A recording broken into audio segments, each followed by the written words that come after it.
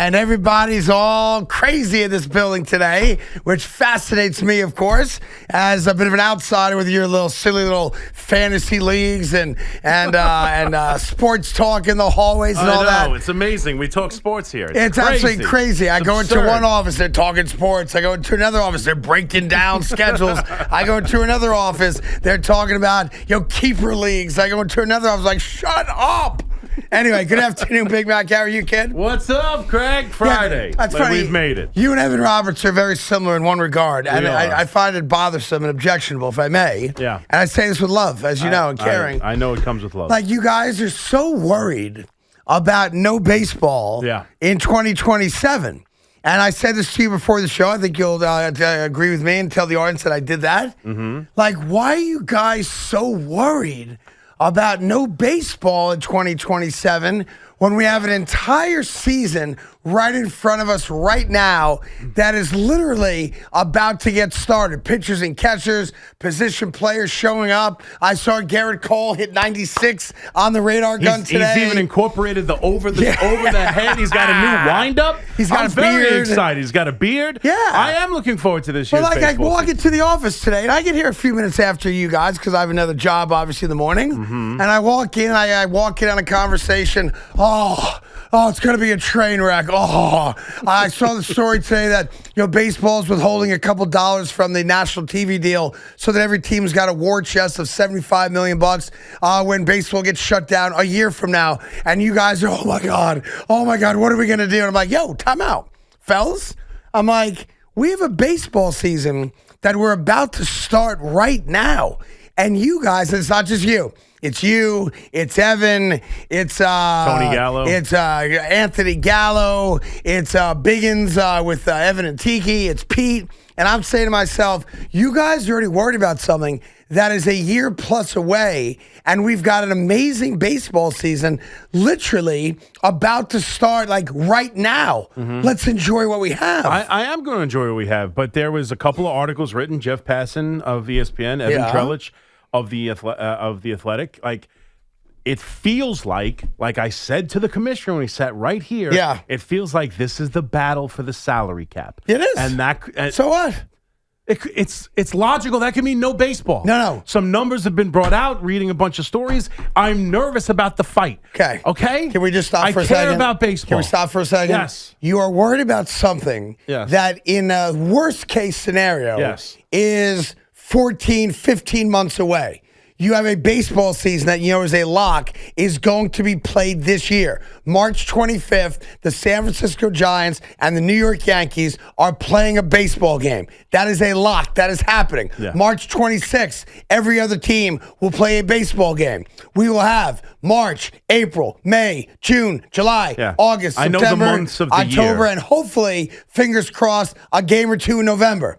And you guys are running around this building, not just you, so I'm not picking on you. It's you, it's Pete, it's Gallo, it's Evan, it's Morash, and you guys are running around like chickens without a head on going, oh my gosh, everything I thought's going to happen. They're going to blow up baseball. We're not going to have baseball for years and years and years. It's a salary cap fight. I'm saying to myself, that may all be right, but why not enjoy and breathe in the fresh air of baseball 2026. You guys are panicked about something that's a year and a half away. I think you're over. Crazy. I think you're overdoing the conversation we had. That's what I walked in on today. No, but listen, yes, I'm ready for this baseball season. I'm excited for it. But I don't like the idea of missing an entire baseball season. But you're not missing a baseball season. You have a baseball season right now in front of us. Let's go. I understand. I'm excited. You want to talk baseball? Let's talk baseball. I don't want to talk any baseball with you. That's what I thought. That's what I thought. I'm just upset. Well, I'm just saying. It bothers me that you guys, and I tell my kids this all the time. I'm not over. We just happen to be discussing it because there's been some news in recent But it's nothing new. You guys know there's going to be a lockout strike, whatever you want to call it, a year from now. I'm hoping they can avoid it. They're not going to avoid it. December 2nd of this year,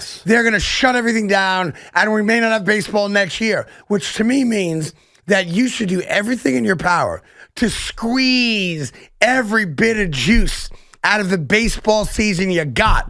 Go to as many games as you can. Watch as many games as you can. Let's enjoy what we have. Like, you guys are worried about tomorrow, but you're not living today. Stop. I find that fascinating. Now stop. Okay, this is not don't act like we're someone with a terminal disease. Because that's how you're acting. No, I'm going to die next year. That's how you want me to act. That's what you do. I want to fight. I want to fight. I want to let them know, whoever's listening, whoever may be listening, maybe they're listening, I don't know. But I am not satisfied. I'm not going to just go, well, it's okay there might not be baseball in 2027 because I'm going to enjoy 2026. Well, that's what you should do. No, it shouldn't. I should be arguing and saying this is unacceptable and baseball fans aren't going to take it and you better figure it out because I'm not missing games next year. Next year? Yeah. So why don't you enjoy the games you're not going to miss this year? I am going to enjoy the games I can't believe they're going to cancel baseball 15 months from now. I'm like, they're not even talking right now. They're not even scheduled to talk right now. And yes, it's a high likelihood that there's going to be some level of stoppage, strike, walkout, whatever you guys want to call it, doesn't matter. The end result is the same. And maybe it's because of my life experience. I'm going to enjoy today as much as I can enjoy today. I am going to enjoy And you guys are worried about March of 2027. I'm going to enjoy today. We were discussing a couple of articles that have come out recently. You should hear yourselves. That's it. The sky is falling. That's right. No, listen, and I tell you as a Yankee fan, I have Aaron Judge. He might be one of the greatest hitters of all time. And I can't wait for this season. Bing. Very excited. Great. But he won't play forever. Oh, my God. And he's aging. And the idea that I might be robbed of a year of his prime because billionaires can't agree with millionaires on how to split the pot. Right.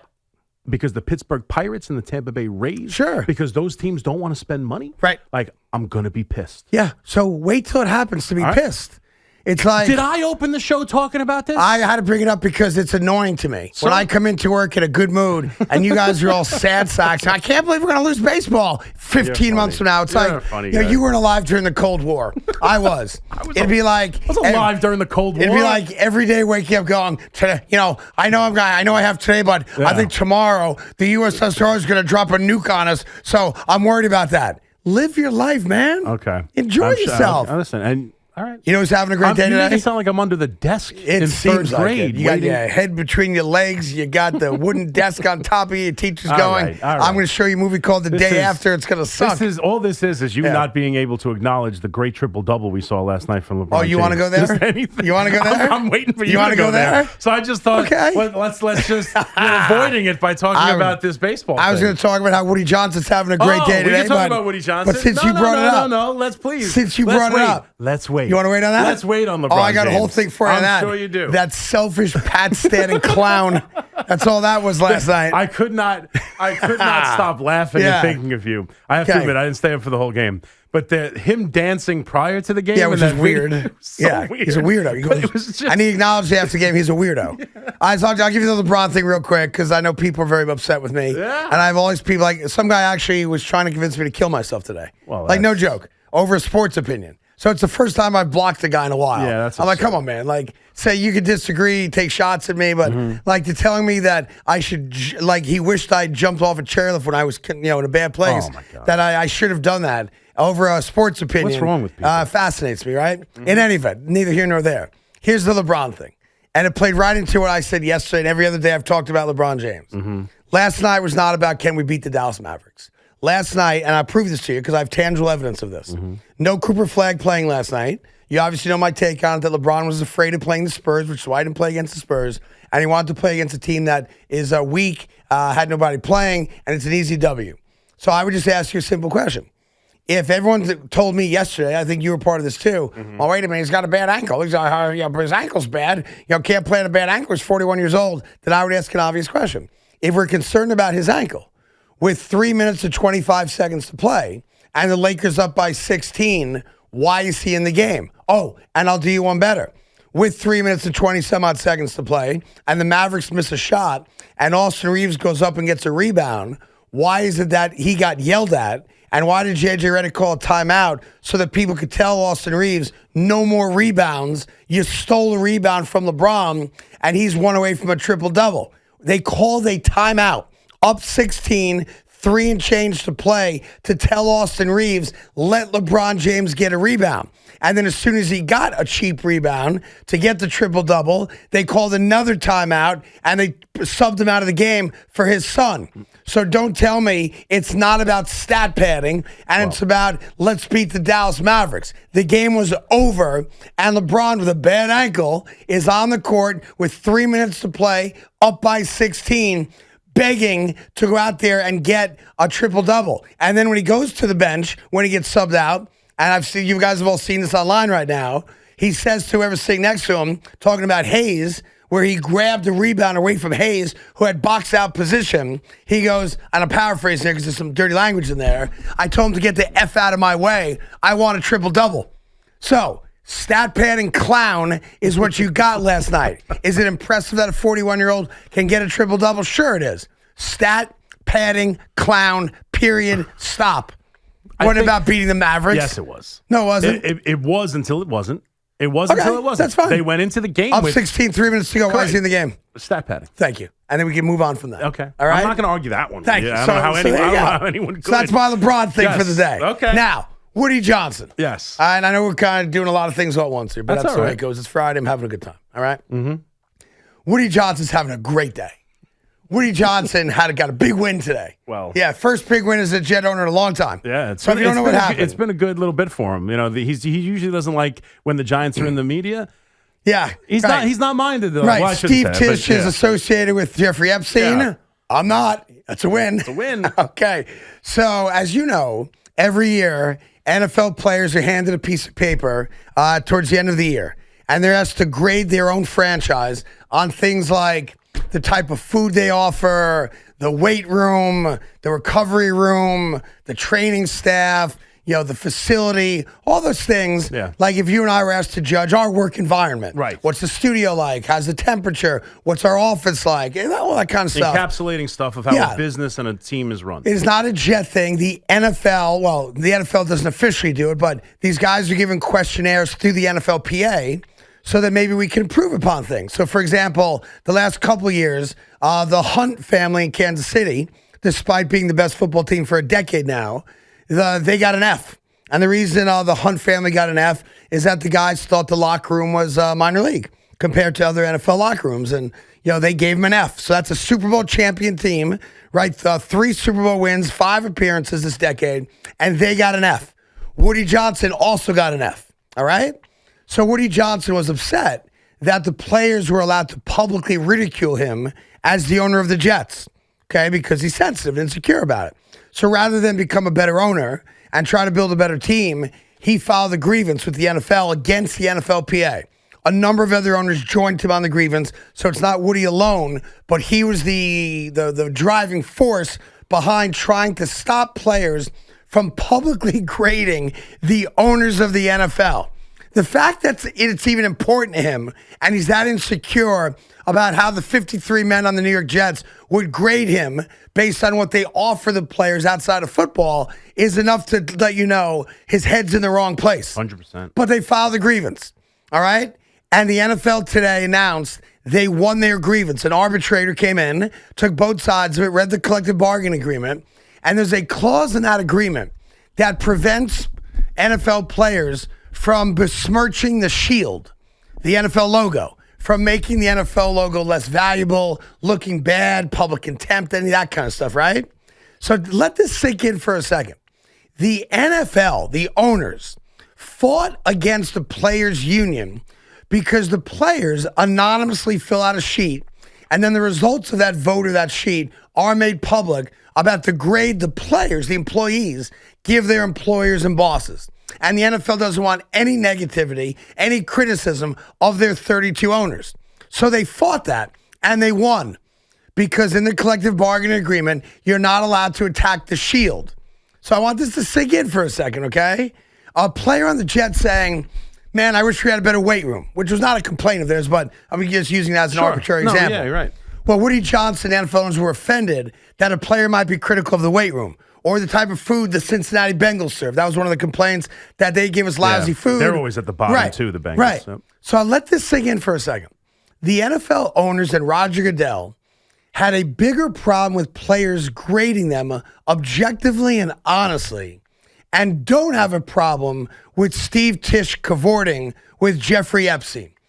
Steve Tisch cavorting with Jeffrey Epstein does not negatively impact the Shield. Woody Johnson putting together an incompetent football team for a long time does not negatively impact the Shield, but a player saying, I wish I had a bigger locker.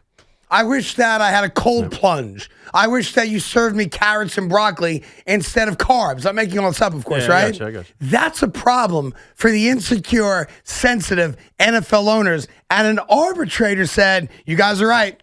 Players can no longer criticize the facilities or the owners. And I thought J.J. Watt had a great response to that. He said, so let me get this right. I'm paraphrasing. He said, players can't fill out a form that's handed to them by the union so that they can be critical or praise, because some owners got A's, right? That players can't comment on their work environment, but the NFL has no problem contracting with Pro Football Focus, a third-party company that's owned by Chris Collinsworth, right? And on every broadcast, announce how that player ranks against his peers. And I'll give you an example. Saquon Barkley last year, 2,000-yard season, clearly 2 seasons ago, the number one running back in football. We all agree on that? Yeah. 2,000-yard season? Of course. Pro Football Focus ranked him as the 12th best running back in football in a year in which he had 2,000 yards, right? Mm-hmm. That can affect your pocket. Absolutely. If general managers, and we know that general managers do follow Pro Football Focus, decide to pay you based on your ranking, that would have taken money out of Saquon's pocket had he been up for a renegotiation. And JJ's right. You guys can judge us, but we can't simply say in an anonymous poll, we wish you served us better food. No. We wish I had a bigger chair for my fat ass. Right? No, not only Crazy. That, not only that, the owner, Woody Johnson, who spearheaded this whole thing, can go to a owner's meeting and tell anyone who listened that the quarterback can't complete a pass. Bingo. Right. That's okay. Great point. The owner can go to an owner's meeting and tell the media, well, we have struggled because my quarterback can't complete a pass. Right. That's okay. But the quarterback can't say, right. I wish the condition of the cafeteria was in better standing. So that's just a bunch of losers who don't want to be told that they're losers. Yep, and that's why I think today's show, part of today's show, should be a public referendum on all the things you don't like as a New York Jet fan about Woody Johnson. And since we're in New York, the things you don't like if you're a Giant fan about the New York Giants. Because I think it's only fair. Since the players can't, file their public grievances, right? I think you as fans should be allowed to air your grievances with the New York Jets and the New York Giants. So we'll do that throughout the day today. Yeah. 888-808-1019. And we'll stick up for all the New York Jet players, all the New York Giant players. Absolutely. If you have a grievance against the New York Jets or the New York Giants, please come here. We are customer service for you today. You know the phone numbers. It's Air Your Grievance Friday today on the fan.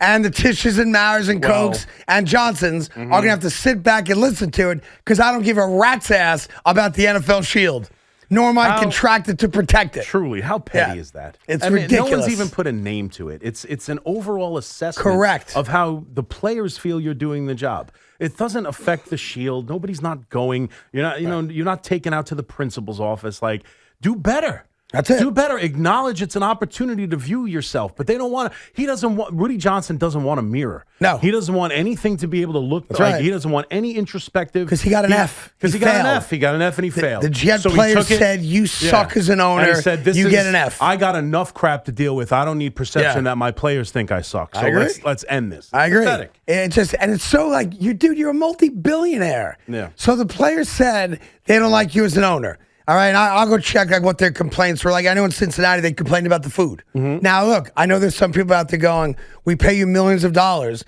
If you don't like the food they serve you, go buy a salad. Sure. Like, you can afford to buy yourself a nice meal, to have a private chef, whatever it is. So I think some of the complaints, frankly, fall on deaf ears. Mm-hmm. And I think they should. Like, I don't hear multimillionaires complain that my cold plunge isn't big enough. Right. Like, it falls on deaf ears. But the fact that an owner would actually go to the rest of the owners and say, we shouldn't be criticized by our players publicly is comical. Right. It's like dystopian state stuff. Yeah. Like, how dare you be critical of the government? We will find you. We will kill you. We will end you. Did you say that I didn't give you a big enough leather chair in the locker room? I will kill your firstborn. Like, what are we doing? But that's it, too. Like, it's not even now. You could say the merits of this. It's not like any Jet player, any Cincinnati Bengal player has gone public with, like, particularly, this sucks. I want out. I'm not going to go there because of this. They were handed a sheet and asked on a scale of 1 to 10, something like that. How would you rate the meal? How would you rate this?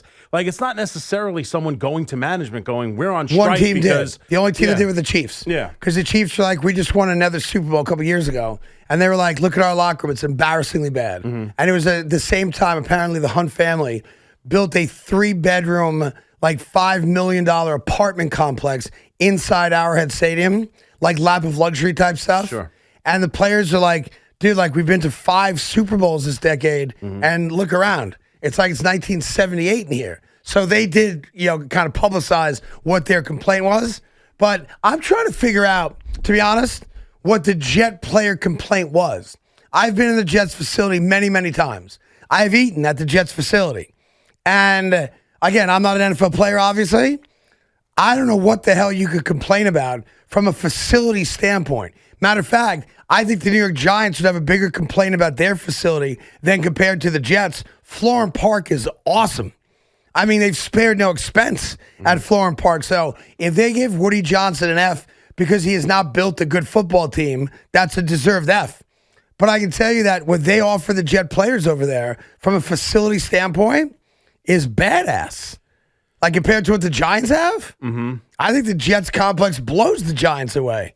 So we'll see. We'll get into it, though. Yeah, 888-808-109. Find New York Jets. Okay. Yeah. You have the complaints? Yes, I do. Go ahead. And this, I'm going to go through all of them that they have here in this list of, they were ranked 29th overall in the NFL. He got an F. Treatment of families, C-. Food/dining area, C-. Whoa, time out. The food got a C-? Yep. Treatment of families, C-, ranked 24th in the league. Wow. Food dining, C-, 29th. I thought, See, now here's the weird one, right? So now the next thing after food and dining. I think the food there is awesome. Food and dining area, C-. The next one, nutritionist, dietitian. I guess that's the doctor necessarily, but nutritionist, B+. So the food they're serving sucks, but the doctor tells us it sucks. So the guy telling you what to eat's great. What they give you is not great. Yeah. I'm actually surprised by that. Yeah. Because I've eaten there, and it's like a 5-star restaurant over there. Yeah. Huh. Go ahead. Locker room, D+, 26th.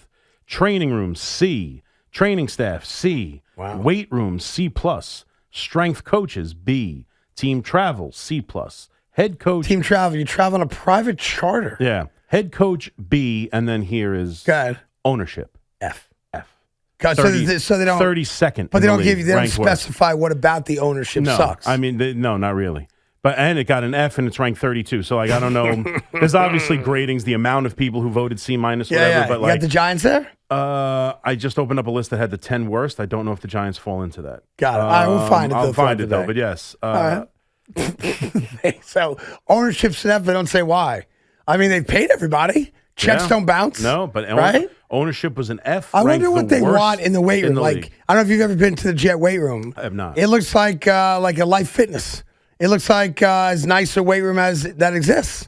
So I'm trying to figure out, like, what is it that they don't offer in the weight room that a player's like, oh, man, I can't believe they don't have the lap machine. Like, they have everything.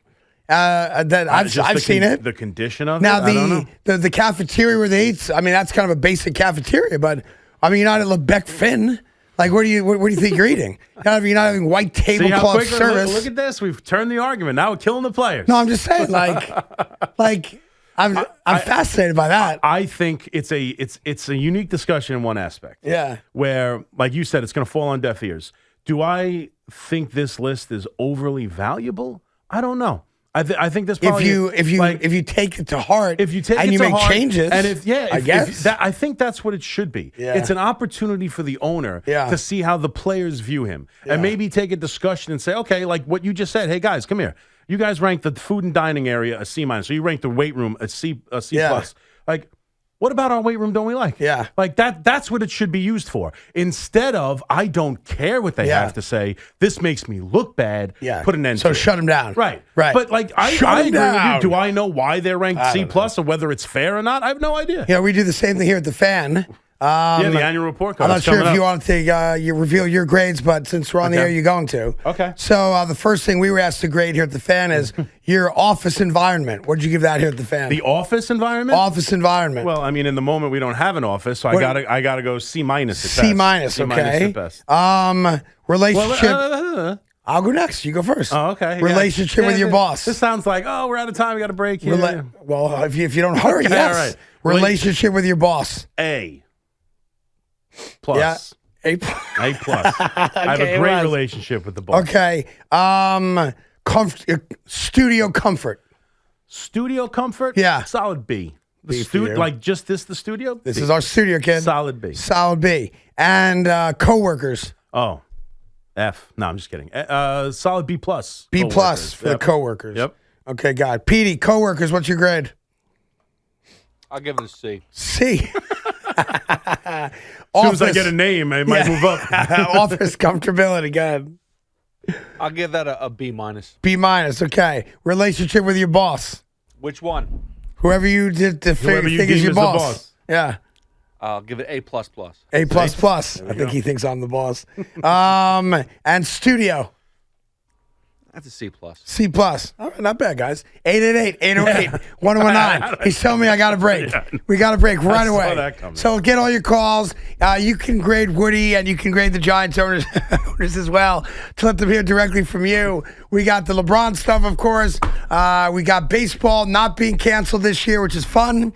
And Gerrit Cole threw 96 today, which I'm very happy about. And a lot more, including that crazy Trinidad story down at Ole Miss. And how he went from not playing college football to playing college football. Lots cooking here today. I think it was the Joe Judge testimony that really put him over the top. Joe Judge is still employed, by the way, for the moment. We got lots to do. Having a great Friday. It's Prince Street Pizza Friday, of course, and it should be for you, too. Coming back right after this.